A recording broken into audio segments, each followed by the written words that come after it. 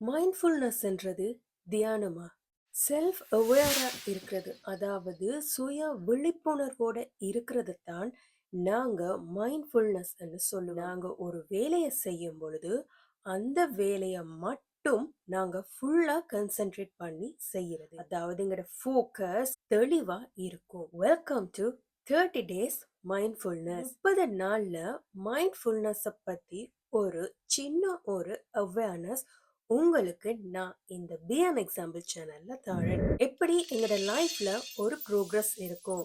So நாங்க மைண்ட்ஃபுல்னஸ்ஸா இருந்தா எங்களுக்கு வர நிறைய பிரச்சனைகளை நாங்க தவிர்த்து கொள்ளலாம். இந்த 30 நாள் கிளாஸ்ல உங்களுக்கு மைண்ட்ஃபுல்னஸ்ல இருக்கிற விஷயங்களை சின்ன சின்னதா உங்களுக்கு நான் பிஎம் எக்ஸாம்பிள் சேனல்ல ஃபர்ஸ்ட் டைமா மைண்ட்ஃபுல்னஸ் பத்தி ஒரு அவேர்னஸ். இன்னைக்கு ஃபர்ஸ்ட் டேன்றதால இந்த செஷன் யாருக்கு யார் யாருக்கு இந்த வீடியோ யூஸ்ஃபுல்லா இருக்கும், நான் இந்த வீடியோவை பார்க்கலாமா, இந்த மாதிரி டவுட்ஸ் உங்களுக்கு இருக்கும். நீங்க ஒரு படிக்கிற ஸ்டூடெண்டா இருக்கலாம், அல்லாட்டி வேலையில எப்ப பார்த்தாலும் ஸ்ட்ரெஸ், இந்த மாதிரி நீங்க இந்த டேர்ம் ஸ்ட்ரெஸ் என்ற டேர்மை உங்களோட லைஃப்ல அடிக்கடி யூஸ் பண்ற ஒருத்தரா நீங்க இருந்தா இந்த சீரீஸ், அதாவது ஜஸ்ட் 30 டேஸ், ஸோ 30 நாள் தொடர்ந்து 8 மணிக்கு நீங்க ஒரு 5 to 10 minutes இன்வெஸ்ட் பண்ணினீங்களா இருந்தா போதும். ஸ்டூடெண்ட்ஸா இருக்கலாம், ஒர்க் போறவங்களா இருக்கலாம், எப்ப பார்த்தாலும் ஸ்ட்ரெஸ் ஸ்ட்ரெஸ் ஸ்ட்ரெஸ் இந்த வேர்டை யூஸ் பண்ற யாருக்கும் இந்த வீடியோ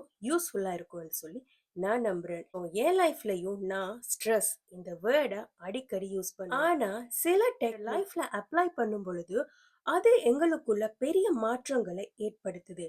ஸோ என் லைஃப்ல இது வரைக்கும் நான் வந்த ஜேர்னியில என்னோட லைஃப் அப்ளை பண்ண சில விஷயங்கள், எனக்கு சக்சஸ் ஆன விஷயங்களை பத்தி தான் இந்த 30 நாளும் உங்களுக்கு நான் சொல்லுவேன். எனக்கு படிப்பிச்ச டீச்சர்ஸ், என்னோட ஃப்ரெண்ட்ஸ், என் கூட ஒர்க் பண்ணவங்க, என்னை சுத்தி இருக்கிறவங்க, சின்னவங்க பெரியவங்க, இந்த மாதிரி நிறைய பேர்கிட்ட இருந்து சின்ன சின்னதா கற்றுக்கொண்ட விஷயங்கள் மைண்ட்ஃபுல்னஸ் அண்ட் செல்ஃப் அவேர்னஸ் இந்த கேட்டகரியில நான் உங்களோட ஷேர் பண்ண போறேன். உங்களுக்கு இந்த 30 டேஸ் யூஸ்ஃபுல்லா இருக்கும்னு நினைச்சீங்களா இருந்தா இந்த சேனல் பிஎம் எக்ஸாம்பிள் சேனலை சப்ஸ்கிரைப் பண்ணிக்கொள்ளுங்க. நோட்டிஃபிகேஷன் பெல் ஐக்கனையும் கிளிக் பண்ணி வச்சுக்கொள்ளுங்க. டே ஒன்ல நாங்க பார்க்க போறது சின்ன ஒரு விஷயம் தான். அதாவது மைண்ட்ஃபுல்னஸ் என்ன, ப்ரெசன்ட் மூமெண்ட்ல நாங்க இருக்கிறது எப்படி, இதுதான் மைண்ட்ஃபுல்னஸ். ஓகே, நல்லா புரிஞ்சுக்கொள்ளுங்க. இது தியானம் இல்ல. நீங்க மைண்ட்ஃபுல்னஸ் எப்படி ப்ராக்டிஸ் பண்ணலாம் இருந்தா, நீங்க டிரைவ் பண்ணும்போது ப்ராக்டிஸ் பண்ணலாம், நீங்க பேசிட்டு இருக்கும்போது ப்ராக்டிஸ் பண்ணலாம். ஸோ உதாரணத்துக்கு நீங்க இப்ப கிளாஸ்ல இருக்கிறீங்க, படிச்சிட்டு இருக்கிறீங்க. ஓகே, டீச்சர் போர்ட்ல விளங்கப்படுத்தி கொண்டிருக்கிறாங்க. ஸோ நீங்க உங்களோட ஃப்ரெண்ட்ஸோட இருக்கிறீங்க. ஸோ நல்ல ஒரு இன்ட்ரெஸ்டான டாபிக், நீங்களும் அதை பத்தி விளங்கி படிச்சிட்டு இருக்கீங்க. பட் திடீரென்று உங்களோட மைண்ட் அப்படியே ஸ்கிப் ஆகி வேற எங்கேயாச்சும் போயிடும். அதாவது டே ட்ரீம் மாதிரி எங்கேயாவது நாங்க, அதாவது டீச்சர் ஒரு வேர்ட் சொல்லும் பொழுது அந்த வேர்ட் உங்களுக்கு கேட்டோன்னே டக்குன்னு வேறொரு விஷயம் ஞாபகம் வந்து நீங்க அப்படியே மாறி மாறி மாறி வேறொரு வேர்ல்டுக்கே போயிடுவீங்க. ஸோ திடீர்னு டீச்சர் உங்கள்ட்ட ஒரு கொஸ்டின் கேட்பா, இந்த கேள்விக்கு என்ன பதில், இந்த மாதிரி ஒரு கேள்வியை கேட்கும் பொழுது எங்களுக்கு பதில் தெரியாட்டி கூட பரவாயில்ல, ஆனா கேள்வியே என்னன்னு புரியாட்டி. ஸோ இந்த மாதிரி அனுபவம் எனக்கு நிறைய இருக்கு. ஸோ உங்கள யாருக்காச்சும் இருக்கா? அதாவது ஒரு டீச்சர் கேள்வி கேட்கும் பொழுது பதில் தெரியாம நாங்க சொல்லாம இருக்கிறது இல்ல. கேள்வியே என்னன்னு எங்களுக்கு தெரிகிறது இல்ல. ஸோ இந்த மாதிரி சந்தர்ப்பத்துல நாங்க மைண்ட்ஃபுல்னஸ்ஸா இல்ல. நாங்க மைண்ட்ஃபுல்னஸ்ஸா இருந்தா நாங்க படிக்கிற விஷயத்த வீட்ட வந்து கொப்பி எடுத்து திரும்ப படிக்கவே தேவையில்ல. டீச்சர் சொல்ற அவ்வளோ விஷயத்தையுமே நாங்க கேட்கும் பொழுது அவ்வளவுமே எங்களுக்கு மனப்பாடமா ஆயிரும். ஸோ யாருமே இந்த மைண்ட்ஃபுல்னஸை ப்ராக்டிஸ் பண்ணுறதில்ல, அந்த மாதிரி இருக்கிறதும் இல்லை. ஸோ எப்படி நாங்கள் எங்களோட லைஃப்பை அட்லீஸ்ட் இனியாச்சும், ஐயோ எனக்கு 30 வயசாச்சு, எனக்கு 40 வயசாச்சு, எனக்கு 50 வயசாச்சு, இனிமேல் நான் எதுக்கு மைண்ட்ஃபுல்னஸ் ப்ராக்டிஸ் பண்ண போகிறேன், அப்படி இல்லை. வாழ்க்கையில் சாதிக்கிற ஏஜே 40லேருந்து 60 தான்ட்டு சொல்கிறாங்க. ஸோ யாரும் சாதிக்கலாம். நீங்கள் இப்போ ஸ்கூல் போகிற பிள்ளையா இருந்தீங்களா இருந்தால் நீங்கள் படித்து நீங்கள் உங்களோட இலக்கை அடையிறதுக்கு இந்த மைண்ட்ஃபுல்னஸ் ஹெல்ப் பண்ணும். நீங்க ஒர்க் போயிட்டு இருக்கிறீங்களா இருந்தா உங்களோட ஒர்க்ல அடுத்தடுத்த ப்ரொமோஷன், அடுத்தடுத்த கட்டத்துல நீங்க முன்னேறதுக்கு இந்த மைண்ட்ஃபுல்னஸ் உங்களுக்கு ஹெல்ப் ஆகும். நீங்க ஓகே எனக்கு வேலை இல்லை, நான் சும்மா தான் வீட்டில் இருக்கிறேன்டா, நீங்க ஒரு ஆண்டர்பிரினியரா வரதுக்கு, அதாவது இல்ல ஓகே என்னோட ஒர்க் லைஃப், என்னோட ஜாப் லைஃப் முடிஞ்சது, நான் இனி பாசிவ் இன்கம் வரதுக்குரிய வழிகளை நான் தேடணும். இந்த மாதிரி இருக்கேக்குள்ள உங்களுக்கு இந்த மைண்ட்ஃபுல்னஸ் நீங்க ப்ராக்டிஸ் பண்ணும் பொழுது புது புது ஐடியாஸ் வரும். நீங்க சரியான ஃபோக்கஸ், சரியான கிளாரிட்டி, சரியான கம்யூனிகேஷன் உங்களுக்கு இருக்கும். ஸோ புது புது பிஸ்னஸ் ஸ்டார்ட் பண்ணலாம். பாசிவ் இன்கம் உங்களுக்கு வந்துட்டே இருக்கிறதுக்கு நிறைய வாய்ப்பு இருக்கு. ஸோ பார்க்கும்பொழுது மைண்ட்ஃபுல்னஸ் என்னடா ஒரு சின்ன டேர்ம் மாதிரி இருக்கும். பட் அதை நீங்க சரியா ப்ராக்டிஸ் பண்ணீங்களா இருந்தா உங்களோட வாழ்க்கையில அடுத்தடுத்த கட்டத்துக்கு நீங்க போயிட்டே இருக்கலாம். நல்லா தெரிஞ்சுக்கொள்ளுங்க. மைண்ட்ஃபுல்னஸ்ன்றது எங்களுக்கு வார தாட்ஸ நாங்க கண்ட்ரோல் பண்றது இல்ல. அந்த தாட்ஸ் எங்கள கண்ட்ரோல் பண்ணாம நாங்க பாதுகாத்துக் கொள்றது. ஓகே? என்னது? நாங்க எங்களுக்கு வார தாட்ஸ கண்ட்ரோல் பண்றதா? இல்ல. அந்த தாட்ஸ் எங்கள கண்ட்ரோல் பண்ண நாங்க அனுமதிக்கக் கூடாது. ஸோ எங்களுக்குன்னு சொல்லி, அதாவது இதுதான் உங்களோட மைண்டுண்டா, இந்த மைண்ட் உங்களோட கண்ட்ரோல்ல இருக்கணும். இந்த மைண்ட் உங்கள கண்ட்ரோல் பண்றதுக்கு அனுமதிக்க கூடாது. இப்ப நீங்க ஒரு யூடியூப் வீடியோ பார்த்துட்டு இருக்கீங்க. ஓகே. நீங்க ஏதோ ஒரு விஷயம் படிக்கணும், ஏதோ ஒரு விஷயம் தெரிஞ்சு கொள்ளணும்ன்றதுக்காக தான் அந்த யூடியூப் வீடியோ பார்க்குறீங்க. அது சில நேரம் 5 மினிட்ஸா இருக்கலாம், சில நேரம் 10 மினிட்ஸா இருக்கலாம், சில நேரம் 20 மினிட்ஸா கூட இருக்கலாம், சில நேரம் 1 ஹவரா கூட இருக்கலாம். பட் அந்த டைம் நீங்க இன்வெஸ்ட் பண்றீங்க. அந்த ஒரு சப்ஜெக்ட் பத்தின நாலேட்ஜ் வேணும்னு சொல்லிட்டு நீங்க அந்த வீடியோவ பார்த்துட்டு இருக்கிறீங்க. ஆனா, இப்ப TikTok, Insta இந்த மாதிரி ரீல்ஸ் வந்துட்டு இருக்குது. 30 செகண்ட்ஸ், 60 செகண்ட்ஸ்ன்னு. ஸோ நீங்க ஸ்க்ரோல் பண்ணிட்டே போவீங்க. நீங்க மைண்ட்ஃபுல்னஸ்ஸாவா ஸ்க்ரோல் பண்றீங்க? இல்ல ஜஸ்ட் இந்த மாதிரி ஒரு டேப் பண்ற மாதிரி நீங்க ஸ்க்ரோல் பண்ணிட்டே போயிட்டே இருக்கிறீங்க. உங்களோட டைம் எவ்வளோத்த கன்சியூம் பண்ணுது? நீங்க வேணும்னா ஒரு நாளைக்கு ட்ரை பண்ணி பாருங்க. நீங்க ஒரு TikTok பார்க்குற ஒருத்தரோ, இல்லாட்டி Instaவோ ஏதோ ரீல்ஸ் பார்க்குற ஒருத்தரா நீங்க இருந்தா, நீங்க டைம் பாருங்க. ஓகே. நான் 4 மணிக்கு நான் ஸ்டார்ட் பண்றேன்னு நான் வீடியோ பார்க்க. நீங்க ஒரு வீடியோ பார்க்கும்பொழுது, அது சம்மந்தமா திரும்ப திரும்ப வந்துட்டே உங்களுக்கு என்ன விஷயம் பிடிக்கும்? உங்களுக்கு என்ன விஷயத்த நீங்க கன்டினியூவா பார்க்குறீங்களோ, அது சம்மந்தமா இன்னும் பல பல வீடியோஸ அது உங்களுக்கு அடுத்தடுத்த சஜஷன்ஸ் வந்துட்டே இருக்கும். ஸோ நீங்க அது என்ன, என்னன்ட்டு நீங்க அப்படியே பார்த்துட்டே போவீங்க. உங்களோட டைம் 1 ஹவர், 2 ஹவர், 3 ஹவர்ஸ் இந்த மாதிரி தொடர்ந்து நீங்க ஒரே பொசிஷன்ல இருந்து கொண்டு அப்படியே பார்த்துட்டு இருப்பீங்க. டைம் போயிட்டே இருக்கும். ஸோ இது மைண்ட்ஃபுல்னஸ்ஸா? இல்ல. மைண்ட்லெஸ்னஸ்.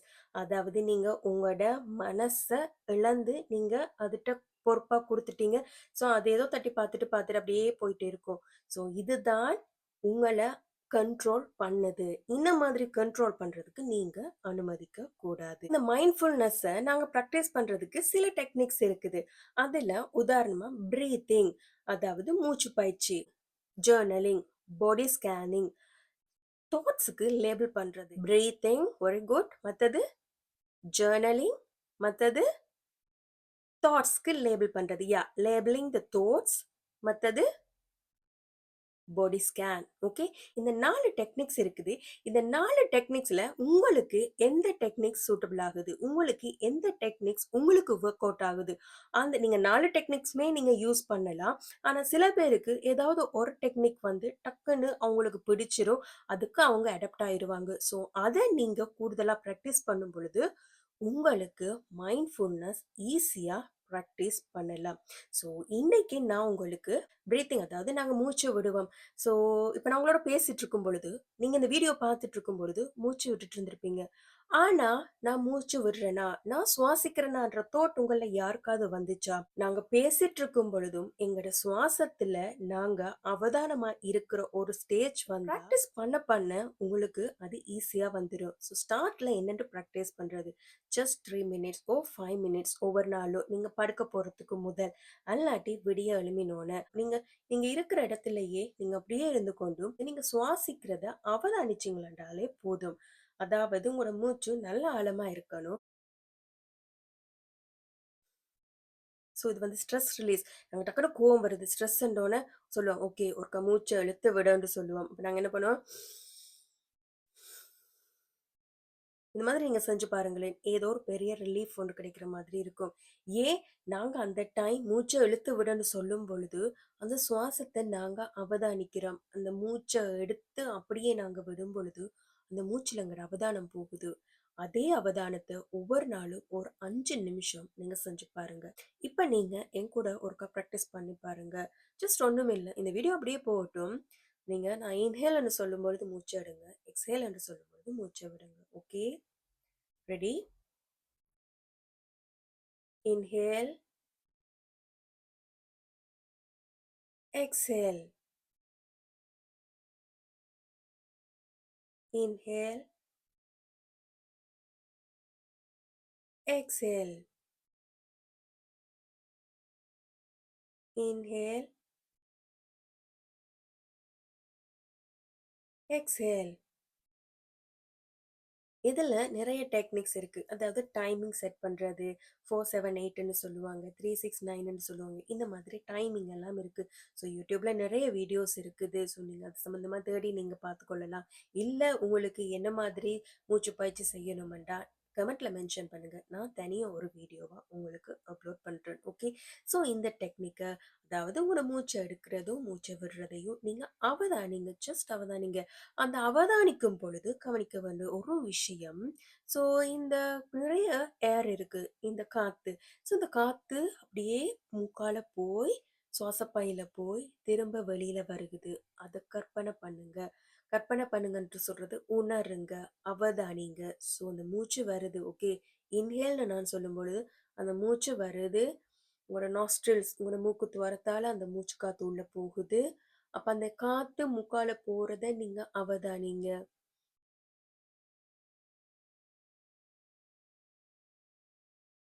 திரும்ப அதே காத்து இந்த மூக்கால வாரதையும் நீங்க அவதானிங்க. அதாவது காத்து எப்படி வரும் போகும் இந்த மாதிரி ஆராய்ச்சி பண்ண சொல்லல. ஜஸ்ட் நோட் பண்ணுங்க, அவதானிங்க. காத்து வருகுது, போகுது. காத்து வருகுது, போகுது. இத ஒவ்வொரு நாளும் ஒரு 5 நிமிஷம் பிராக்டிஸ் பண்ணுங்க. இரவு 8 மணிக்கா இருக்கலாம், அல்லாட்டி விடிய எழும்பினோன்னு. அதாவது நீங்க படுக்க போறதுக்கு முதல், அல்லாட்டி விடிய எழும்பும் பொழுது. இத நீங்க செஞ்சு வாங்க. நாங்க நாளைக்கு பார்க்க போறது, இந்த மைண்ட்ஃபுல்னஸால என்னென்ன பெனிஃபிட்ஸ் ஸ்டூடெண்ட்ஸுக்கு இருக்கு, ஒர்க்கர்ஸ்யோ. ஸோ இந்த மைண்ட்ஃபுல்னஸ் பண்றதால என்ன பெனிஃபிட்ஸ் எங்களுக்கு இருக்கு, இத பத்தி தான் நாளைக்கு பார்க்க போறோம். இந்த மாதிரி ஒவ்வொரு நாளுமே ஒவ்வொரு டாபிக்க பத்தி நாங்க பேச போறோம். இந்த ஜேர்னில நீங்க என்னோட பயணிக்க தயாரா இருந்தா ஓகே, டே 1 கம்ப்ளீட்டட் என்று சொல்லி கமெண்ட்ல மென்ஷன் பண்ணுங்க. ஸோ யாரு வந்து டே 1 கம்ப்ளீட்டட்ல இருந்து டே 30 30வது நாளும் கம்ப்ளீட் பண்ணியிருக்கிறேன் என்று சொல்லி மெசேஜ் போடுறீங்களோ அவங்களுக்கு ஒரு கிஃப்ட் இருக்கு. அது என்ன கிஃப்ட்னு சொல்லி 30வது நாள்ல நான் உங்களுக்கு சொல்றேன். ஸோ இந்த வீடியோ எத்தனை பேர் பார்ப்பீங்கன்னு தெரியல. இந்த வீடியோ எத்தனை பேருக்கு போய் சேருமென்றும் எனக்கு தெரியல. ஸோ இவங்க சொல்றதெல்லாம் நான் கேட்கணுமான்னு சொல்லிட்டு யாராச்சும் ஸ்கிப் பண்ணிட்டு போறதுக்கும் வாய்ப்பு இருக்கு. அட நமக்கு படிப்பிச்ச டீச்சர் இவங்க ஏதோ சொல்றாங்க, இவங்க சொன்னா ஏதாவது பிரயோசனமா இருக்குமே, இந்த வீடியோவை கிளிக் பண்ணி பார்த்து இப்பவும் பார்த்துட்டு இருந்தா ரொம்ப நன்றி. Thank you for listening and 30 days 30 நாளும் stay with be an example. Thank you. Be an example.